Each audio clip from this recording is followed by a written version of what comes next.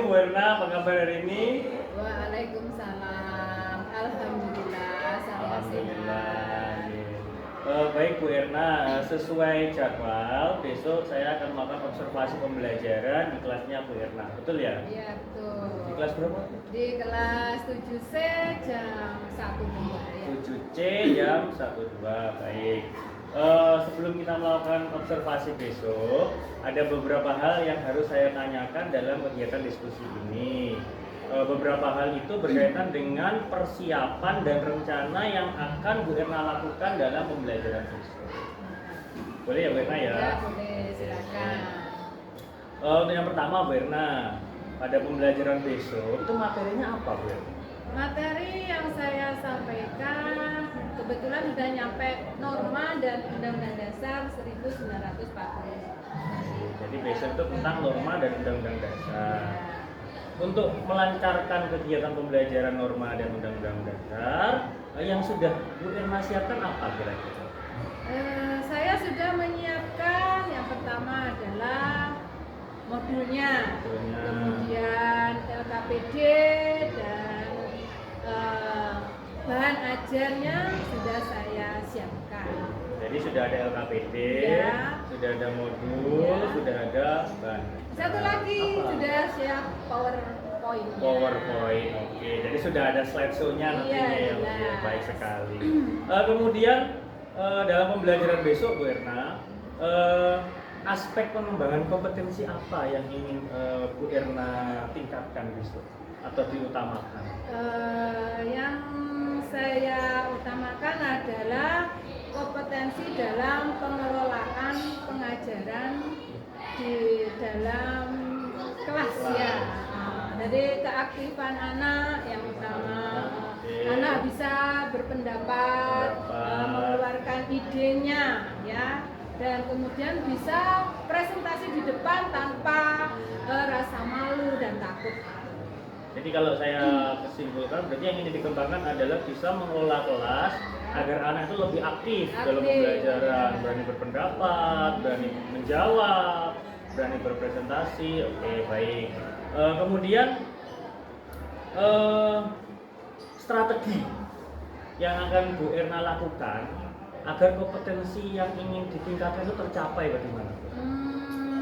Yang pertama saya akan menerapkan diferensiasi konten. Ya, diferensiasi konten ini kita menyajikan sumber belajar yang beragam. Ya. Kemudian juga ada diferensiasi proses. Ya.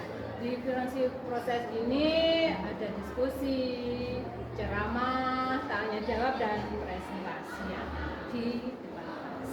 Berarti kalau saya simpulkan lagi, strateginya itu menggunakan pembelajaran berdiferensiasi. Ya, jadi ada dua, konten dan proses. Kontennya lebih ke bahan ajar, bagaimana mereka bisa. Anak-anak menggunakan HP? Iya, anak-anak menggunakan HP, juga buku, paket, LKS, semuanya sudah tersedia, laptop juga ada. Jadi sudah di digital lah, pembelajaran digital gitu ya. Kemudian ada banyak metode pembelajaran digunakan. Baik. Untuk selanjutnya Bu Erna, dalam meningkatkan kompetensi itu Bu Erna, bagian mana yang ingin menjadi fokus saya mengobservasi nantinya? Fokus ke aktivitas anak ya Pak ya. Aktivitas anak ya. Terutama dalam kegiatan diskusi, tanya jawab dan presentasi, itu yang lebih kita utamakan di proses pembelajaran.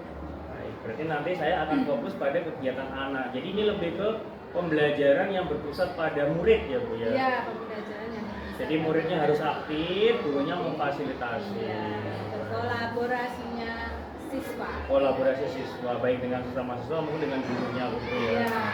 Saya rasa tadi sudah dijelaskan Bu Erna sudah sangat lengkap persiapannya, sudah sangat bagus. Tinggal besok actionnya bagaimana.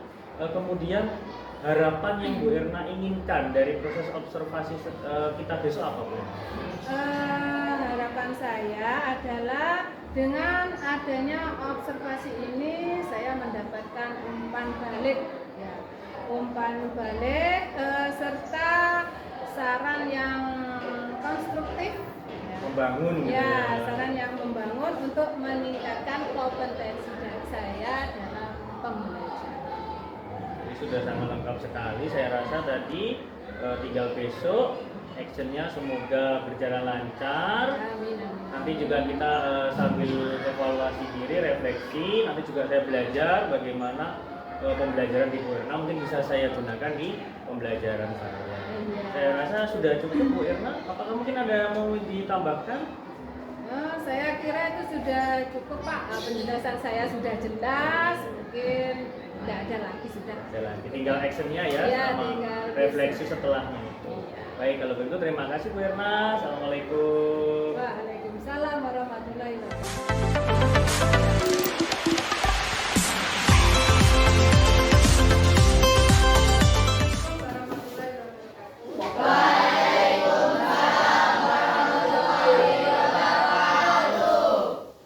Mulai belajar hari ini, mari kita buka bersama. Kita mulai.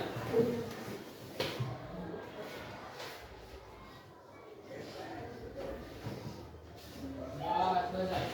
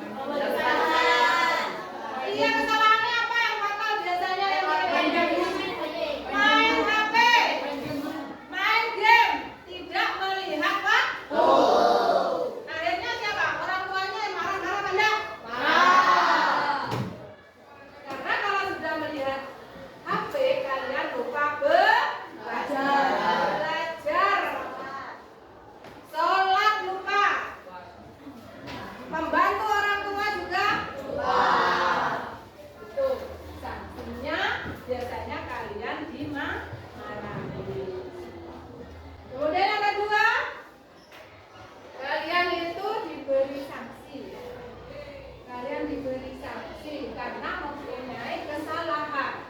Kesalahannya tadi banyak sekali. Misalkan disuruh orang tua tidak mau.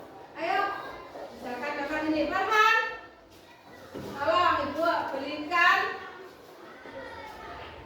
itu misalkan ya. Udah mau nggak bu? Saya udah mau. Saya abot dengan ini HP. Berat sama HP saya bu. Lebih baik saya beli HP. Nah, itu baik apa tidak baik seperti itu? Tidak baik. Itu orang tua sangat jengkel, marah kalau anaknya seperti itu disuruh tidak mau berangkat.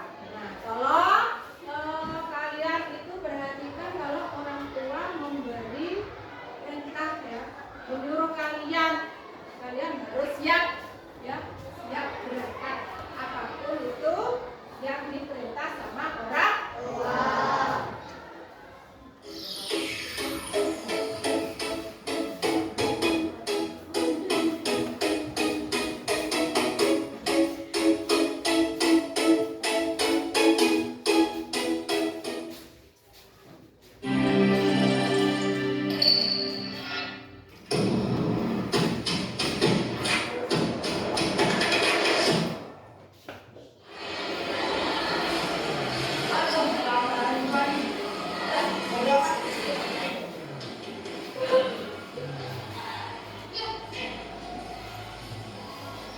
Ini dia, Kevin, suka telat, berandalan, langganan masuk TK.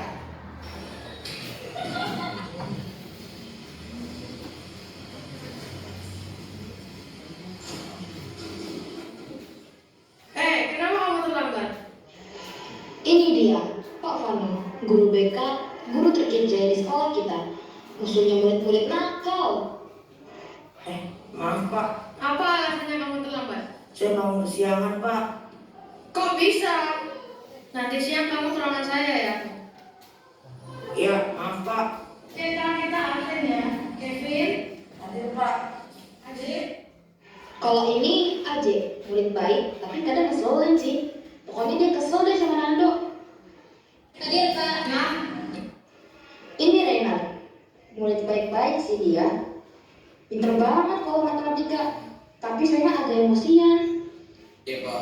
Ica. Nah, yang ini murid tertop, namanya Ica. Dia pintar banget, murid favorit Pak Fano juga. Dan dia itu ketua kelas, Pak. Cheryl. Cheryl, cantik, incaran para cowok-cowok nih, temannya Jesslyn. Hadir Pak. Jocelyn. Kalau ini Jesslyn, cantik, incaran para cowok-cowok juga. Suka ketawa gak jelas sih. Hadir Pak. Fernando. Ya, Nando bolos lagi ya Pak. Oh, Renat. Iya Pak. Istirahat pun tiba dan Pak Fano segera keluar dari kelas. Bersih ya.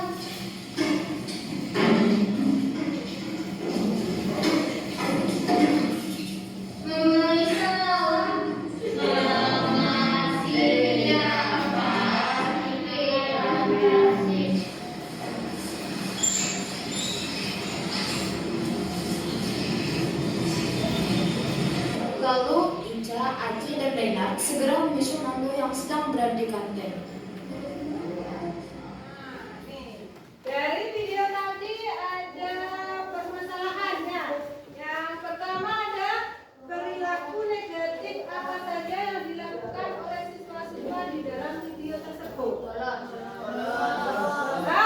Apa? Bolos. Bolos karena apa? Apa kalian seperti itu? Tidak. Terus apa lagi?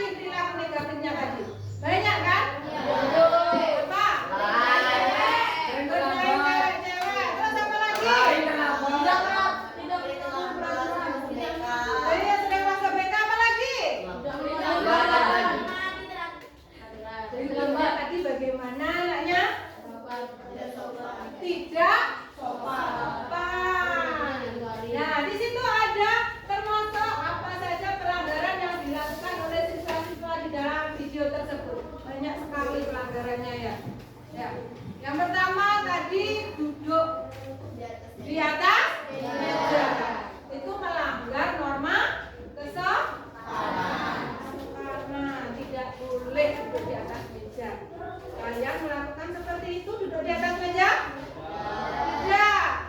Kalau duduk harus di kursi. Bolehkah kalian berjalan di atas meja? Ya. Supaya kalian bersemangat lagi, kita akan menyerukan yel-yel Pancasila. Yuk. 5 sila. Pancasila. Pancasila. Jaya. NKRI. Harga mati. Kemerdekaan. Yes. Bisa berdiri dulu. Berdiri semuanya. Ya, tidak capek ya. Ya. Kepala, pundak, lutut, kaki. Kepala, pundak, lutut, kaki. Lutut, kaki. Lutut, kepala. Pundak, lutut, kaki. Lutut, kaki, kepala. Ya, duduk kembali. Tidak capek kan? Tidak? Tidak capek kan atau? Lanjutkan. Sekarang perhatikan gambar di papan ini. Kalau kalian melihat ini, ada berapa agama yang diakui di Indonesia?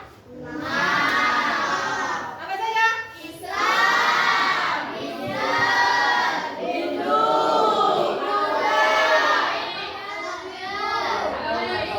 Katolik.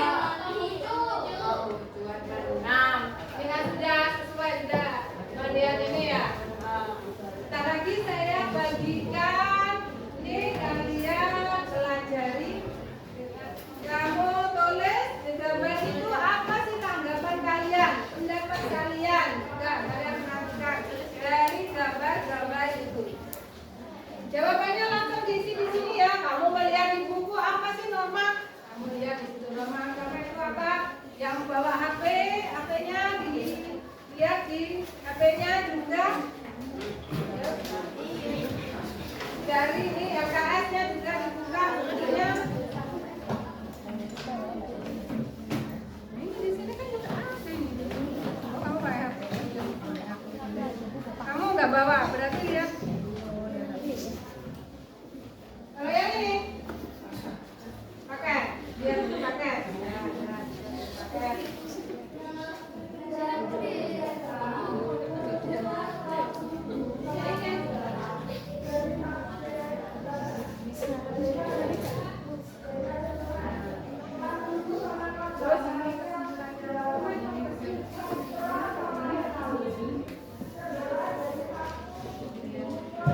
Tadi kan sudah di slide kan sudah ada. Ya, kalian ya sekarang ini dulu kamu isikan dulu ya. Dan sambil melihat di buku paket, kalau tidak ada di buku apa LKS ataupun di HP ya.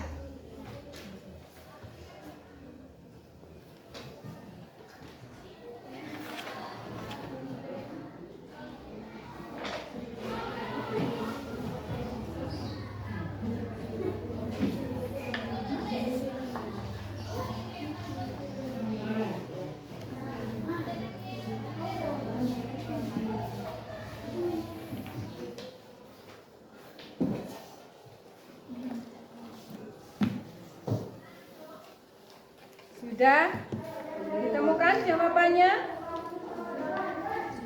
Sudah? Siap presentasi ke depan, terakhir. Assalamualaikum warahmatullahi wabarakatuh. Waalaikumsalam warahmatullahi wabarakatuh. Saya dari kelompok 2 ingin mempresentasikan hasil kerja kami. Norma kesopanan, aspek penting dalam interaksi sosial yang mengaruhi bagaimana kita berperilaku, berbicara, dan berinteraksi dengan orang lain dalam berbagai situasi. Satu. Termasuk norma agama menjadi lebih baik dalam bersifat dan mengatur. Kesimpulan, satu norma adalah aturan atau ketentuan yang mengikat warga masyarakat. 2. Norma terdiri atas aturan yang berasal dari Tuhan Yang Maha Esa. Ya, terus norma terdiri atas Norma agama, persaudaraan, kesopanan, hukum. ya.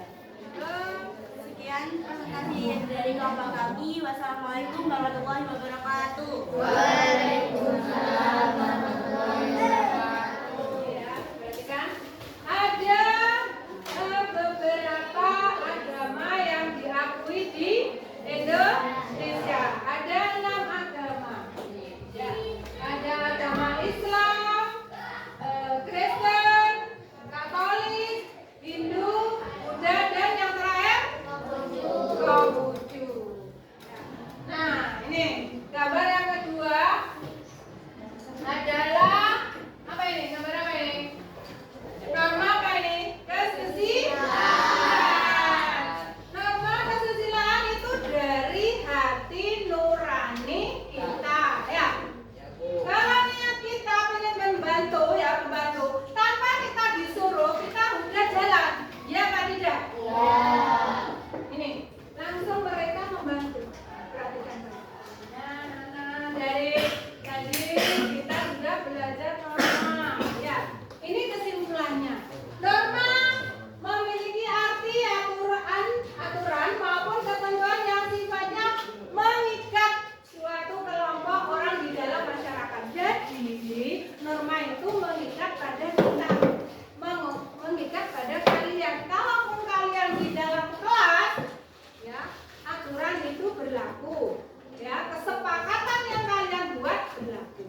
Kemudian kalau kalian di luar kelas, aturan yang ada di sekolah.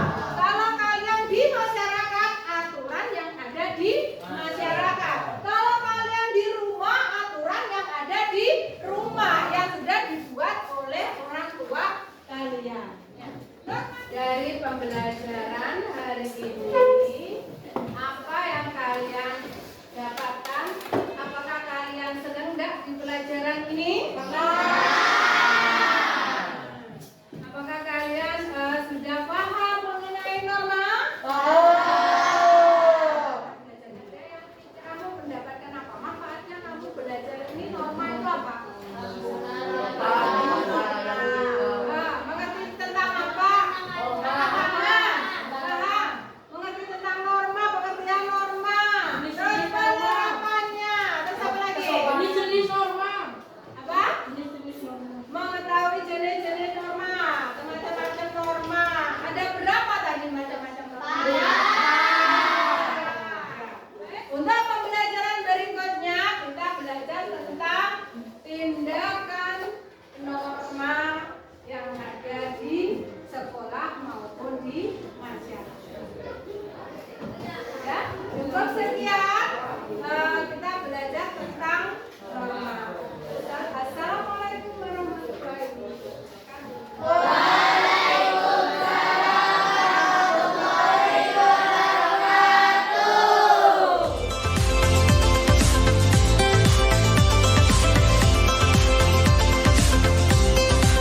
Assalamualaikum warahmatullahi wabarakatuh. Berna apa kabar? Berna, hari ini saya mau mengajak cara diskusi berkaitan dengan refleksi pembelajaran dan observasi yang telah kita lakukan kemarin, serta nanti rencana tindak lanjut yang akan kita laksanakan berdasarkan hasil observasi yang kemarin kita lakukan. Oke. Beberapa pertanyaan nanti saya ajukan ke Erna, jadi Bu Erna nanti menjawabnya sesuai dengan apa yang Erna rasakan dan apa yang Bu Erna alami. Ya, siap. Yang pertama saya ingin menanyakan perasaan Bu Erna kemarin ketika pembelajaran dan ketika observasi itu bagaimana? Perasaan saya waktu saya melakukan observasi kemarin dengan anak-anak itu sangat senang sekali.